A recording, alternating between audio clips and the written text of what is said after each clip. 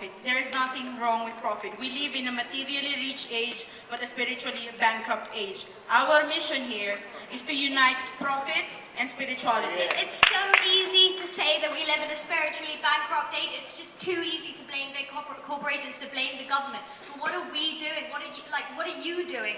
Just talking about it, just accusing people of being The idea of One Young World is not simply merely about debate. People here have projects. I have a project on education. The global education company that we are creating here from South Africa to Asia, it is here in One Young World that we are creating the platform for action. Yeah. So we should not be debating. We should be consulting, you know? To be perfectly honest, I think we're kind of not missing the point, but I would say that well, how do we talk about profit, say there's social responsibility to take action. I would say that we're missing the point in discussing the semantics of it. Why are we not saying that try to change people from doing you have to, you're responsible to this, to motivating to you want to be involved in this, you want to make a difference and contribute back to your society. So I think we've got the focus on the wrong points.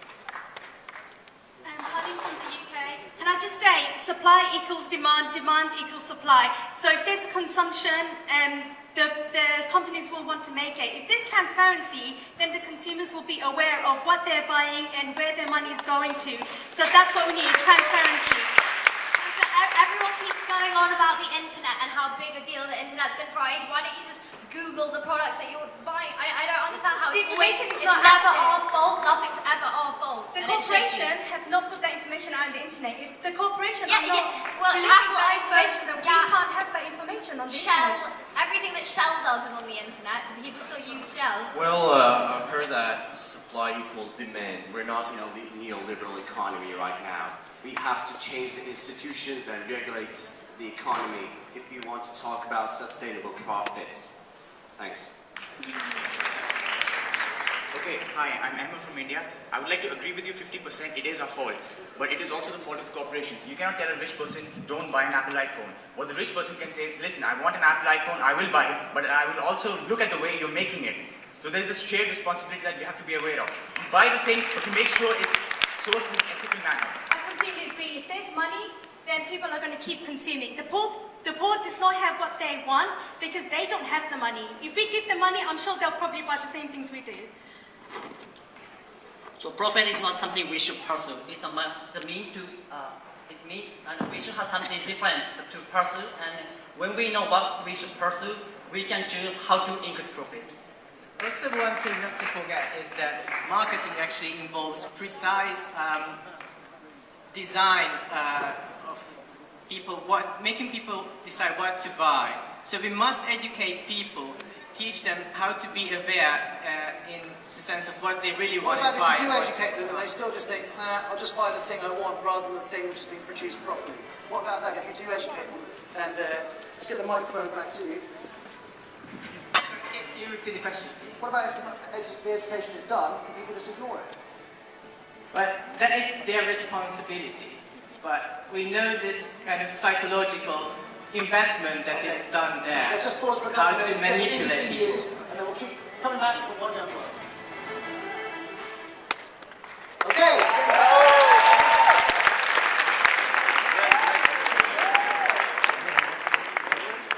Okay, so you're getting the gist of what we're trying to do here, okay? It's quite complicated, you're going to have to bear with us because there are lots of hands in the air.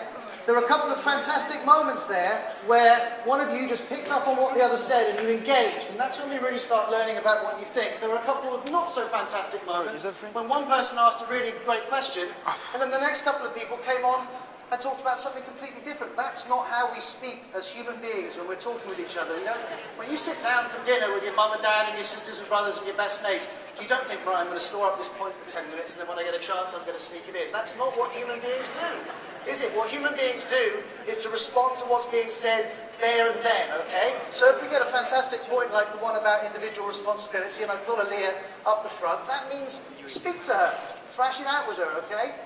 Don't just save up your point for 10 minutes. It was a very, very interesting discussion, but the more you engage with it, the more it's going to go, okay?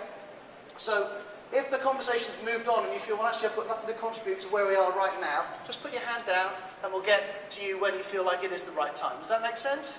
Does that sound fair enough? Okay. Who hasn't spoken and would like to kick us off? Okay, great. Do you want to come up the front? And sir, do you want to come up the front as well? Okay. And Heather, could we pull up the opening to the second half, please? Okay, we need to pop the question in there. Okay. So you come over here. I'm going to get you to be number 1. I'm going to be getting you to be number 2. Okay.